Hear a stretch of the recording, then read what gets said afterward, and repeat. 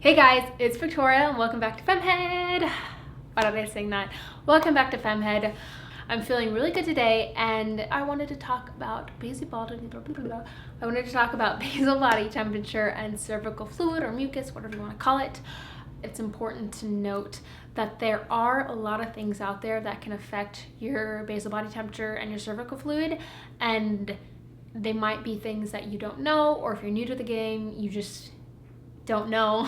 I wanted to share a list of things that can affect your basal body temperature, a list of things that can affect your cervical fluid, and a list of ways that you can prove your cervical fluid if you're trying to conceive. Let's start with basal body temperature. So the first thing, and one of the main things that can affect your temperature, is restless sleep. One of the most important things to know about your basal body temperature and taking that and charting that is that you need at least 3 hours of consecutive solid sleep to get an accurate reading. The second thing is not taking it first thing when you wake up. So say you kind of come to and you either kind of like move around, you go to the bathroom, you snuggle with your partner, you check your phone for 20 minutes, and then you're like, oh, I need to take my temperature. Don't do that. As soon as your alarm goes off, as soon as you wake up, take your temperature and then do whatever you have to do. And usually for me, I'm like, mentally like tapping my toe because I have to pee so bad when I wake up. But I always take my temperature and then go to the bathroom. It's very important. The third thing is taking your temperature at a different time than normal. It's very important with many aspects of charting to be consistent, and temperature is one of them. You want to take it as close to, if not at the same time, every single morning. And so for me, I have an alarm set to go off every single day at 6 a.m. and that is my temperature taking alarm. And then after I take it, depending on the day of the week or how I feel or what I have going on, I'll either get up or go back to sleep for a little bit, but I know that I have my temperature taken and out of the way. Number 4 is drinking alcohol the night before or the day before. This can raise your temperature above what it normally would be if you hadn't drank. So it's important that if you do drink, that you make note in your chart or on your chart that you drank the day before, so that you just have that on there so you know, why is that day higher than the rest of them? Number 5 is stress.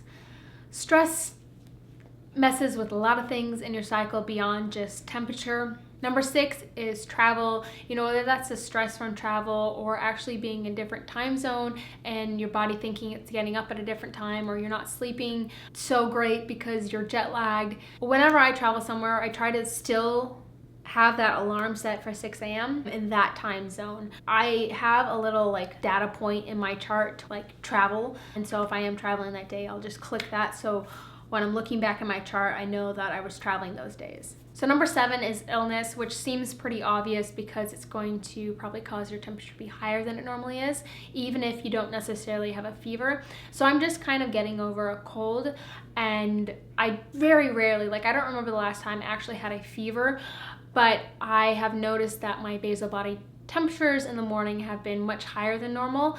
They've gone back down within the last 5 days, but there was probably about 4 or 5 days there where they're much higher than they normally were in that part of my cycle, but I knew it was because I was kind of battling something. Number 8 is using something like a heating pad, a heated blanket, sleeping in a colder or a warmer room that you normally do.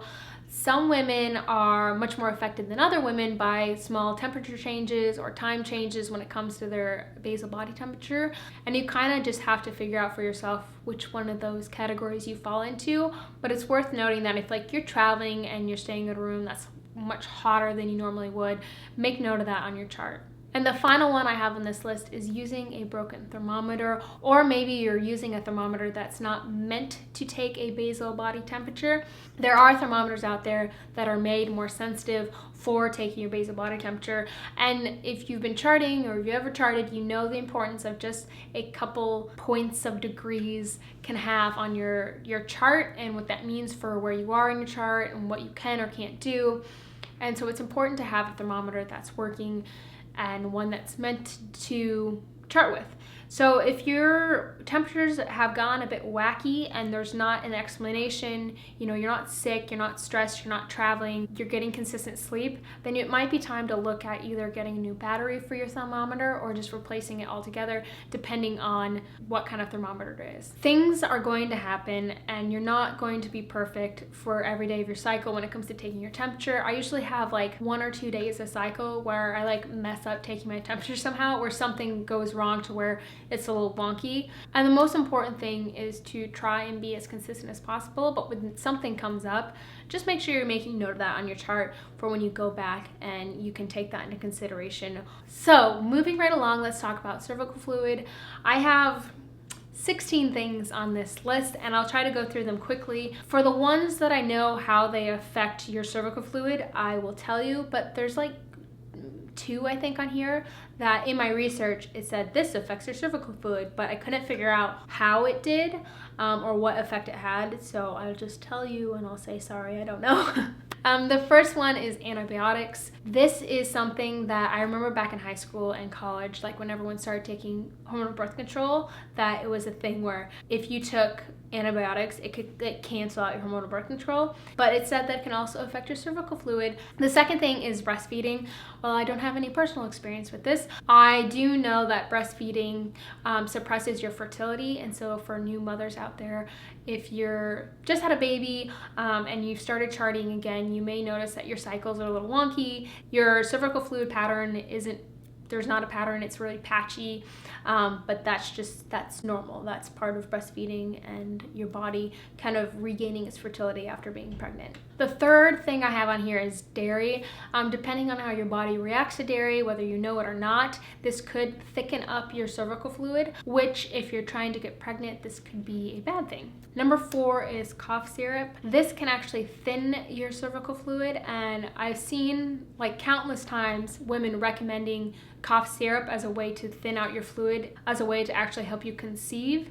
Number 5 is antihistamines.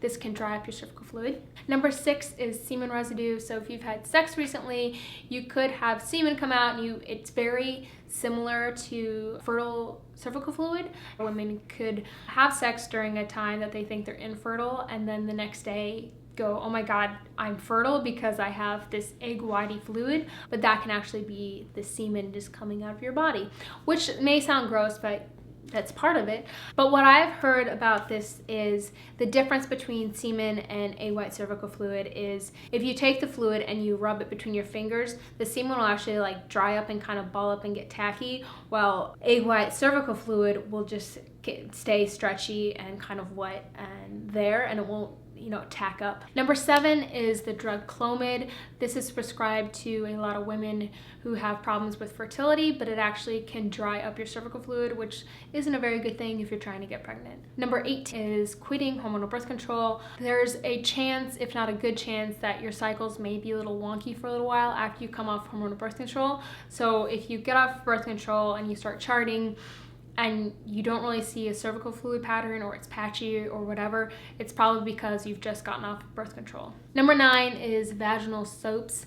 Those, I think of like the pH balancing ones. Those can dry up your cervical fluid, irritate your lady bits, and it's not recommended to use these. Just leave your vagina alone. Number 10 is Accutane, which is an acne medication. I actually took it way back in the day. It's pretty intense stuff, and the way it works is it like dries up or kills off your oil glands, and it can dry up your cervical fluid as well. Number 11 is pain drugs. Just anti-inflammatory ones can mess with your cervical fluid. Number 12 is antidepressants. It said that they can shorten the length of your fertile phase. Number 13 is motion sickness medication. This is one of those that it didn't give me a whether it dries it up, thins it out, or what it does to it, but it just says it affects your cervical fluid, so I wanted to include it for you. Number 14 is laxatives.